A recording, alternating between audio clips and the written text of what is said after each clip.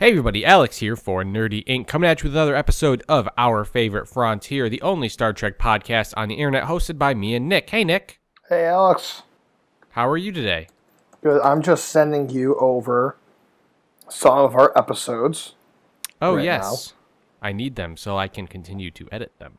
Yes, and then we can have more episodes. So I just sent all those over to your email. Sweet. So we're working and we're playing along. We're all ready for you today. All right. Beautiful.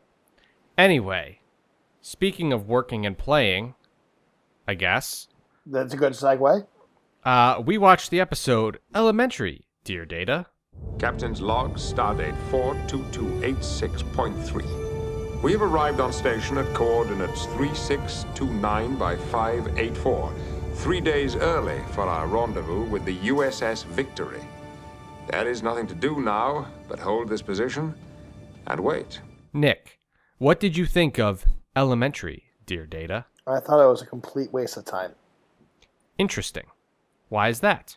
I did not care for it. I just thought, in season 1, I felt there was a lot of unnecessary holodeck episodes. And I felt like they could have focused on like legitimate Star Trek issues like within the galaxy instead of on the ship. Which I understand every once in a while you need some internal struggle or an episode that kind of revolves around the ship. But I just feel like they use it as such a crutch. And it's not like the old series where they go to a planet that's full of Nazis or whatever. I just feel like they fall in this holodeck thing way too often as a crutch.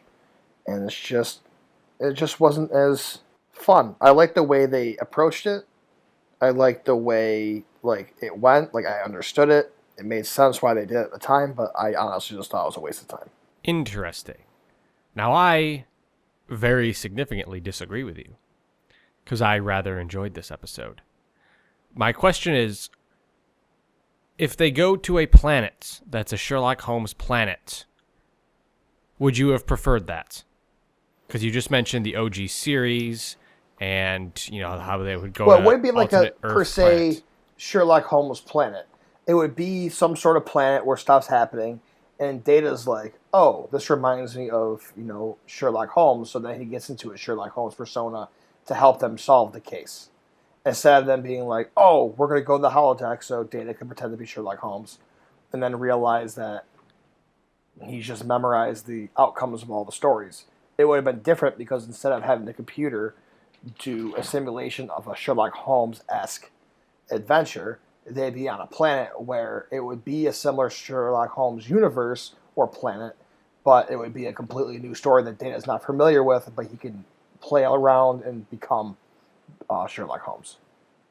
But the point is not that Data gets to be Sherlock Holmes. The point is they accidentally created a sentient life form and they don't know how to deal with it. I mean, yeah, but if they crafted the episode differently, they would have had a different outcome as well. I'm not sure I understand what you're saying. So if they did a planet episode instead of the holodeck thing, they wouldn't have made a sentient being. They would have had a different plot. Oh, absolutely. That makes sense. But yeah, so I would have preferred an episode like that instead of the one that we got. And again, they think they worked the best with what they did, but I didn't think they did a good idea. You mentioned just the holodeck as a crutch. Like they don't have ideas for little space travel stuff, so they just like, oh, let's go into this room that can literally do anything. Why is that bad? It's just, to me, I'd rather have them explore new worlds, like the theme song says. Okay. Interesting. The reason I liked this episode, in addition to I think Data and Geordi LaForge are just adorable when they do dress up and goofy stuff, is I like the idea of the whole one of the whole ideas of Star Trek is what is, you know, expanding your understanding of what life is. And we saw it done very poorly in earlier episodes, like the little guys who say, you're ugly bags of mostly water. And we saw it sort of shittily done in the episode, the first holodeck episode where Picard goes back and does his own Dixon Hill, I believe his name is, detective stuff. But they really just sort of brushed over the idea that these characters want to know what happens to them. So I liked this episode because I feel like it was a course correction, and it was an attempt to do proper what that original holodeck episode was in season 1. They said, all right, well, we accidentally created life form. That's interesting. Let's have a greater dialogue between Picard, a little bit with Data, some of the other crew members, and actually flesh out this idea of what would happen if you accidentally create a living, what would basically count as a living being out of what was previously a toy to you. And that's why I like this episode. And my main complaint with it being is that it doesn't really have a resolution. Picard goes, yeah, you're alive. It's right. We'll save you, and hopefully one day we'll get you out of there. And Moriarty's like, all right. And they just sort of kind of just walk away, leaving the whole thing unresolved. That's my complaint. No, it just wasn't. I thought that we were going on a good track. The last 2 episodes I did enjoy of the season, the first 2. And then this one just kind of was like, see, they're kind of reverting back to the same old stuff that didn't work the first time. And I know you said it's a course correction to make it work, but that's not how I felt. Interesting. Mm-hmm. Well, I very much disagree with you.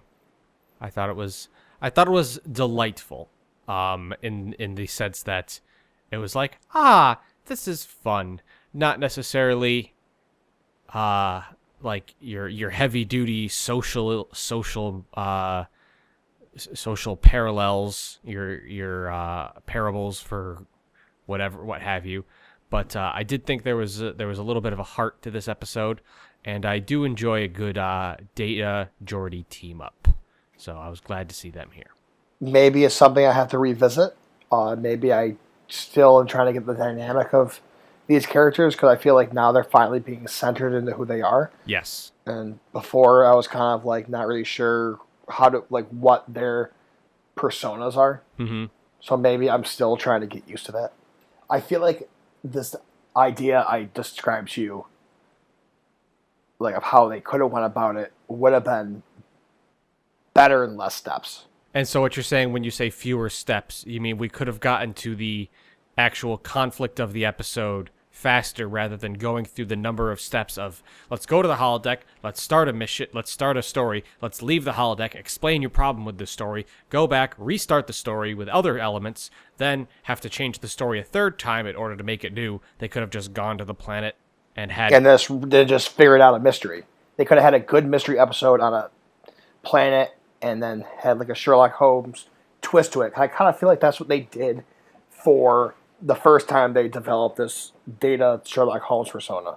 Like, he discovered it and he was going through and figuring out stuff a la Sherlock Holmes. Gotcha. So I feel like if you combine it just makes sense. It just would be better, but I don't have this. This doesn't exist. That would have been a more streamlined way to do it. I agree. That's what I'm saying. I feel like they took too many steps to get a good episode when they could have taken less steps just to get a equally good episode. Yeah. That being said, as far as what the intro says about exploring new life and new civilizations, the one thing that I think Star Trek TNG does very well is taking actually a less literal interpretation of that phrase, because we get to see a lot more of these characters' life aboard the starship in a way, which is we get to see these characters and their routines, and life in the 24th century is a bit more fleshed out. So the holodeck will return. I hate to tell you, but I mean, I know it's going to be a prominent part of the show. Yeah, but it's. I'm trying to think. I know I can think of 2 episodes right now off the top of the head that are very holodeck centric. I can't think of a whole lot of others like this. This is a bit of an outlier. Would you say these holodeck episodes are better? One of them is. There's one that's got a little bit of a Robin Hood twist. And that one's fun. And don't think I'm like against the holodeck, because like when Worf and Riker were training in the holodeck, that was, that was cool. That's what I think it should be utilized for. And that's more often than not, that's what it is utilized for. Yeah. You see, what does Picard like to do in his free time? And we go to the holodeck and say, he's riding a horse because he likes riding horses. So or Worf likes to train, or stuff whatever. like that. That's its primary function, but we do get a little bit of utilizing it for sometimes it's just a nice visual change of pace to get to say, let's see what it's like in the 1800s. Every once in a while that does occur, and it's I think it's fun. I enjoyed this episode. It is hard for me to separate this out, because if this wasn't Sherlock Holmes, I don't know if I would have enjoyed the setting as much. I just very much enjoy Sherlock Holmes, so I was pleased at that. But yeah, I understand your valid criticism of it being a little bit clunky to get to the heart of the episode, and had they just gone to a planet, it would have been a much more streamlined episode. But I disagree with your criticism of the holodeck on principle, because I do like the idea of them accidentally creating life out of what is ostensibly a toy. I didn't care for, we do the Sherlock Holmes thing, and we don't get I guess they're trying to be in the theme, but we don't really get he's the criminal. It's just like they kind of just like, that guy's the criminal. See, and we got to figure out what's going on here. See, that actually would have been less interesting to me, because then you wouldn't have done anything philosophical. You would have just had a cut and dry mystery. I liked that there was something a bit more existential about, after you confront the villain, it turns out there's this whole meta story going on surrounding him. I thought that was one of the things that made it work. Okay. Let's talk about just the one thing that really stuck out to me in this episode. And I texted you about this earlier when I was watching it. Good, because I was about to transition to this anyway. What is that fucking woman's deal? She is racist.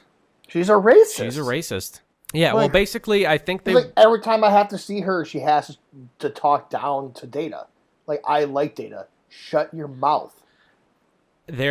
What they tried to do with this character is they did it with much blunter and with less finesse. They basically tried to remake Bones. Because as you recall, I think it's fairly safe to say that the closest parallel to Data is Spock.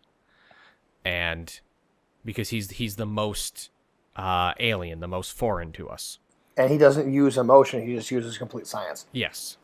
And Spock doesn't use emotion, he uses logic. And McCoy, as you recall, was rather didn't quite get along with Spock on all occasions, because he thought he was a bit too...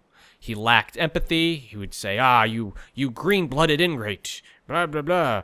He would sort of fight back on a lot of Spock's decisions and ideals. I feel like there was a nice friendliness between Spock and McCoy and Kirk that you don't really see with this woman. Which is why McCoy worked much better than Pulaski does in this role. She sucks.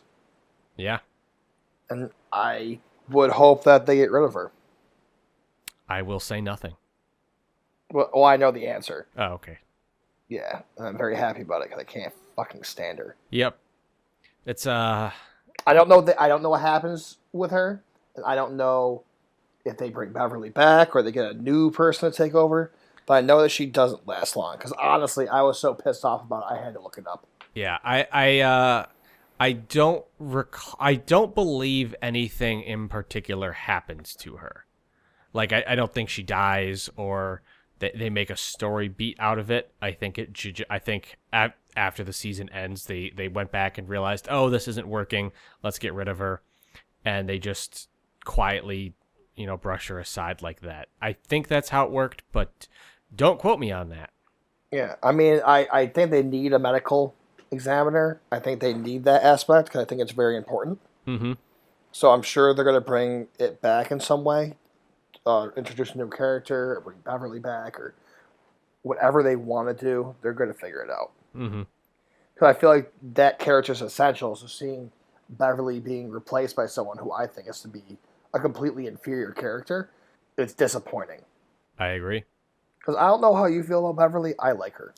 Beverly fills a nice spot on the show.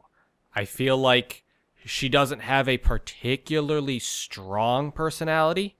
Like, it's not like she could say, oh, well, she's the curmudgeon, or she's the warrior, or she's the this. She's just sort of generally just an all-around good doctor who has a connection with Picard on a more personal level because they have a history, the two of them.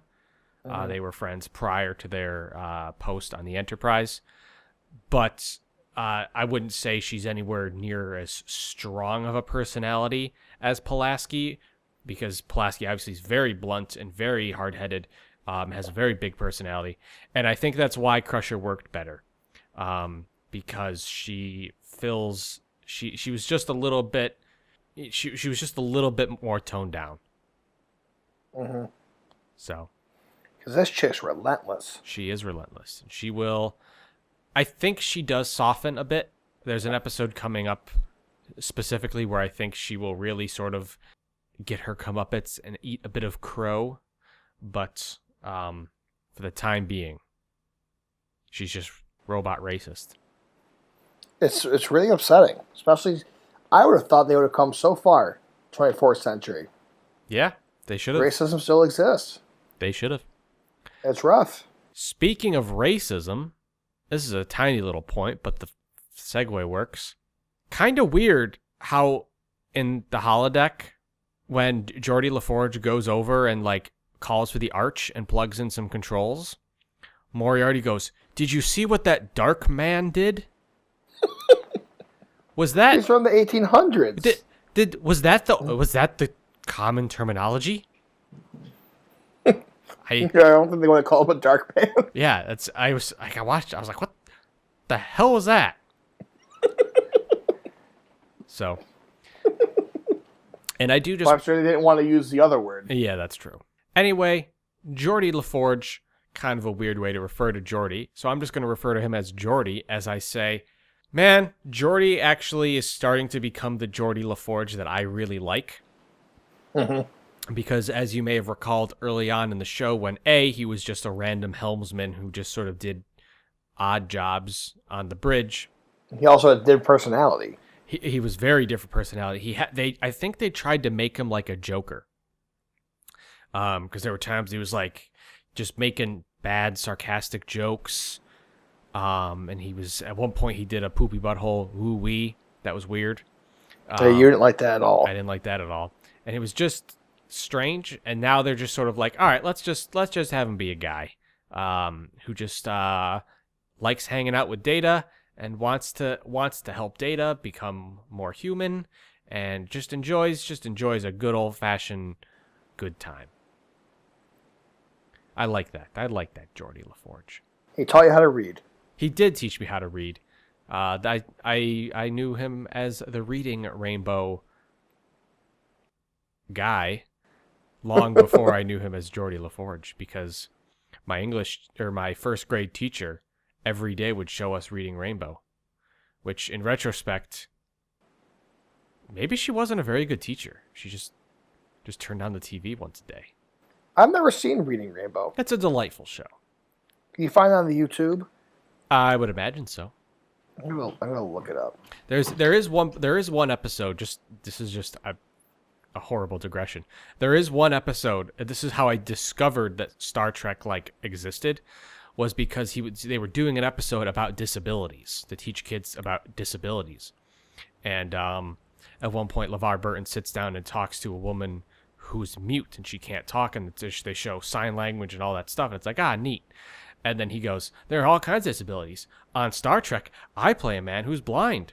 And they showed a clip of Star Trek and he had the little visor on, and that was my earliest impression of Star Trek. I was like, there's a show where the Reading Rainbow guy is blind and has a visor on his head. Neat. Fun indeed. So I don't think there's anything left to add. So I will just say, Hope you all enjoyed, and join us next week when we watch the episode, The Outrageous Okana. Ooh, how outrageous is Okana? No idea what this episode is. So, oh no. What? I just read the description. Maybe it's not as bad as the description says, but it might be. Okay. We'll figure it out. Anyway, thanks for listening, and we will see you next time. Bye-bye.